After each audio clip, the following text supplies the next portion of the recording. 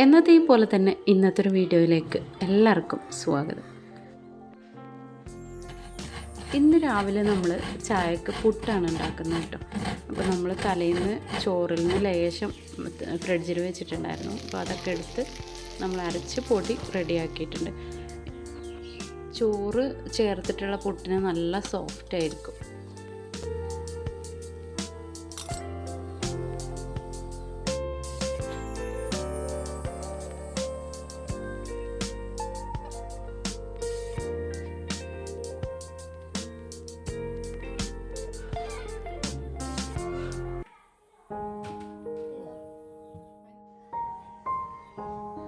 ഇങ്ങനെയുള്ള പുട്ടാവുമ്പോൾ ഒരു കഷ്ണം മതി, അതുതന്നെ ധാരാളമാണ് വയറ് നിറയാൻ.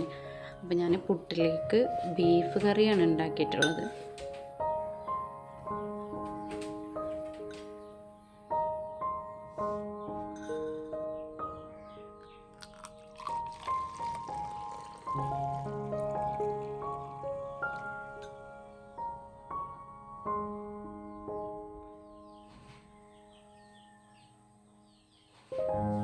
ചായകുടിയൊക്കെ കഴിഞ്ഞതിന് ശേഷം പിന്നെ ഞാൻ ഉച്ചയിലേക്കുള്ള ഫുഡ് റെഡിയാക്കുകയാണ്.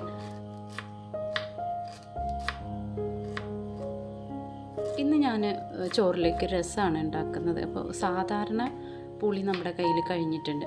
അപ്പോൾ ഞാൻ കുടംപുളി വെച്ചിട്ട് ഇടയ്ക്ക് രസം ഉണ്ടാക്കാറുണ്ട്. കുടംപുളി കൊണ്ട് നമുക്കൊരുപാട് ഗുണങ്ങളുണ്ട് കേട്ടോ. നമ്മൾ വയറിലെ ഫാറ്റൊക്കെ പോകാനും ഒക്കെ നല്ലതാണ് കുടംപുളി. സാധാരണ പുളി ചേർത്തുണ്ടാക്കുന്ന രസം പോലെയല്ല, കുടംപുളിയുടെ രസം വേറൊരു ടേസ്റ്റാണ്. ഇഞ്ചിയും പച്ചമുളകും വെളുത്തുള്ളിയും കൂടെ ചെറുതായിട്ട് ഇതുപോലെ നുറുക്കി വെച്ചിട്ടുണ്ട്.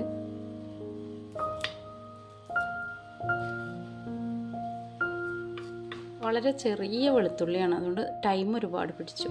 പിന്നെ ഞാൻ ചപ്പ് പുതിനയും അരിഞ്ഞു വെച്ചിട്ടുണ്ട്. കുടംപുളി വെള്ളത്തിലിട്ട് വെച്ചിട്ടുണ്ട്. നമ്മൾ ആദ്യം ഉലുവ വറുത്തെടുക്കുകയാണ്. അതിലേക്ക് കടവും കൂടെ ചേർക്കുന്നുണ്ട്.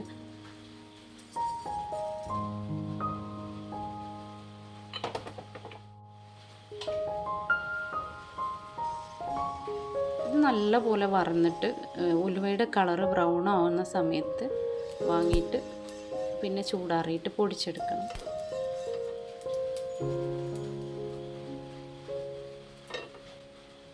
ഉലുവയും കടുവും പൊടിക്കാൻ വേണ്ടി വെച്ചിട്ടുണ്ട്. അപ്പോൾ അതിലേക്ക് കുറച്ച് വെളിച്ചെണ്ണ ഒഴിച്ച് കൊടുക്കുന്നുണ്ട്. പിന്നെ നമ്മൾ അരിഞ്ഞു വെച്ച വെളുത്തുള്ളി അതിലിട്ട് നന്നായി ഒന്ന് മൂത്ത് വന്നതിന് ശേഷം ബാക്കിയുള്ള ഇൻഗ്രീഡിയൻ്റൊക്കെ ചേർത്ത് കൊടുക്കാം. വെളുത്തുള്ളി നന്നായി മൂത്ത സ്മെല്ല് വരാൻ തുടങ്ങിയപ്പോൾ ഞാൻ ഇഞ്ചി ഇട്ട് കൊടുത്തിട്ടുണ്ട്. ഇനി ഇഞ്ചിയും ഇതിൽ നന്നായി ഒന്ന് വേവണം. പച്ചമുളക് അരിഞ്ഞതും കൂടെ ആഡ് ചെയ്ത് കൊടുത്തിട്ടുണ്ട്. ഇനി ഇതെല്ലാം കൂടി വെളിച്ചെണ്ണയിൽ കിടന്ന് നല്ലൊരു മൂത്ത സ്മെല്ല് വരും.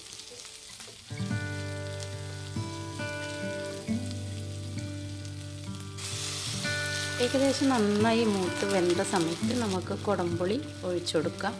അത് കഴിഞ്ഞിട്ട് ഞാൻ കുരുമുളക് പൊടി ഇട്ട് കൊടുത്തിട്ടുണ്ട്. ഒരല്പം മഞ്ഞൾപ്പൊടിയും കൂടെ ചേർത്തിട്ടുണ്ട്. ഇതിൻ്റെ ഇടയിൽ നമുക്ക് ഉപ്പും ചേർത്ത് കൊടുക്കാം കേട്ടോ. അതുപോലെ തന്നെ കുറച്ച് ജീരകപ്പൊടി, വലിയ ജീരകത്തിൻ്റെ പൊടിയാണ് ഞാൻ ചേർത്ത് കൊടുത്തിട്ടുള്ളത്. ഇനി ഇത് നന്നായി തിളച്ച് വരുന്ന സമയത്ത് നമ്മൾ ഉലുവയും കടുകും വറുത്ത് വെച്ചത് മിക്സിയിലൊന്ന് നന്നായി പൊടിച്ചെടുക്കാം.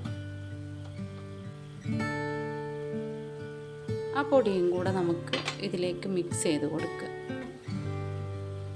ഭയങ്കര നൈസായിട്ട് പൊടിച്ചെടുക്കണ്ട, ചെറുതായിട്ട് കടിക്കുന്ന രൂപത്തിൽ പൊടിച്ചെടുത്തിട്ട് ഇതിലേക്ക് ചേർത്ത് കൊടുക്കുക.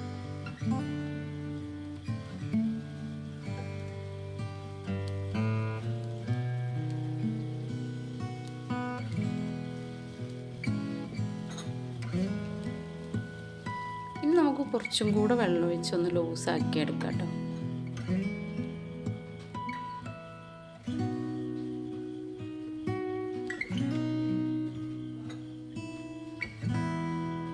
ഇനി പൊടിയായിട്ട് അരിഞ്ഞ് കുറച്ച് മല്ലിയിലയും കൂടെ ചേർത്ത് കൊടുത്താൽ നമ്മുടെ രസം റെഡിയായി.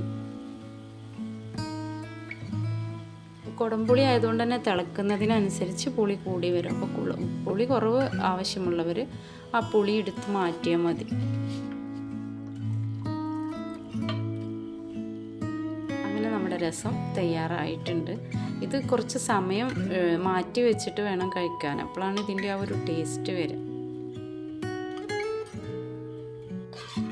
പിന്നെ നമ്മൾ ഉണ്ടാക്കിയിട്ടുള്ളത് വെണ്ടക്ക പൊരിച്ചതാണ് കേട്ടോ. വെണ്ടക്ക നീളത്തിൽ ഇങ്ങനെ അരിഞ്ഞിട്ട് പൊരിച്ചെടുത്തിട്ടുള്ളതാണ്. അപ്പം അതിലേക്ക് വറ്റൽമുളക് പൊടിച്ച പൊടിയും ചേർത്തിട്ടുണ്ട്.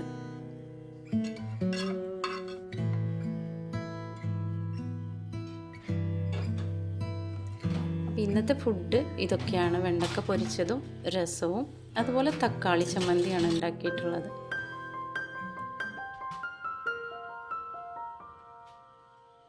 ഇന്നും വളരെ സിമ്പിളായിട്ട് വെജിറ്റബിൾ കൊണ്ടുള്ള ഉച്ചയൂണാണുള്ളത്. ആർഭാടായിട്ടല്ലെങ്കിലും കഴിക്കുന്നത് നല്ല ടേസ്റ്റിയോടെ ഉണ്ടാക്കണം.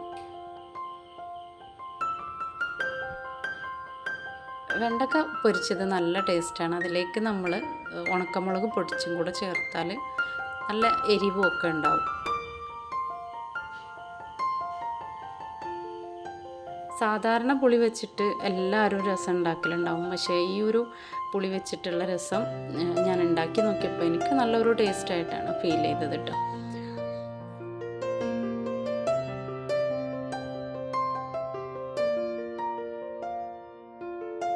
മക്കൾ സ്കൂളിൽ പോയാൽ ഉച്ചയിൽ ഫുഡ് കഴിക്കാനൊന്നും വലിയൊരു ത്രില്ലൊന്നും ഉണ്ടാവില്ല. വലിയ ആളും ഞാനും മാത്രമാണുള്ളത്. അപ്പോൾ ഞങ്ങൾ രണ്ടുപേരും ഇങ്ങനെ ഇരുന്ന് ഒരുപാട് ടൈം എടുത്തിട്ടാണ് ഭക്ഷണം കഴിച്ച് തീരുക.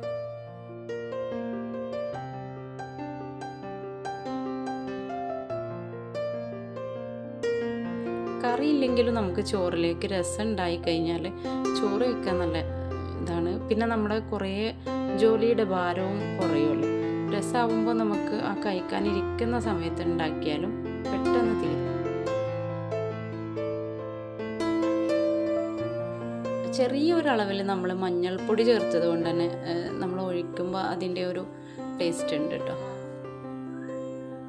എന്തായാലും നാടൻ പുളി വെച്ചിട്ടോ അല്ലെങ്കിൽ കുടംപുളി വെച്ചിട്ടോ ഒക്കെ ഇങ്ങനെ ഒരു രസം ഉണ്ടാക്കി നോക്കുക. അപ്പോൾ ഇന്നത്തെ വീഡിയോ നിങ്ങൾക്ക് ഇഷ്ടമാവുകയെന്നുണ്ടെങ്കിൽ നിങ്ങൾ ലൈക്ക് എന്തായാലും ചെയ്യണം കേട്ടോ. പിന്നെ എന്തായാലും നിങ്ങളുടെ ഒരു കമൻറ്റ് എഴുതിയിടുക. കമൻറ്റ് നിങ്ങൾ എഴുതിയിടുമ്പോൾ അത് നമ്മുടെ വീഡിയോ ഒക്കെ നല്ലൊരു ഗുണം ചെയ്യും കേട്ടോ. ഇനി ഇതുപോലെ നല്ല നല്ല വീഡിയോസുമായിട്ട് വരുന്നത് വരെ എല്ലാവർക്കും നന്ദി, നമസ്കാരം. അപ്പോൾ ലൈക്ക് ചെയ്യാൻ മറക്കരുത്. സബ്സ്ക്രൈബ് ചെയ്യാത്തവർ കാണുന്നുണ്ടെങ്കിൽ ഒന്ന് സബ്സ്ക്രൈബ് ചെയ്ത് സപ്പോർട്ട് ചെയ്യട്ടോ.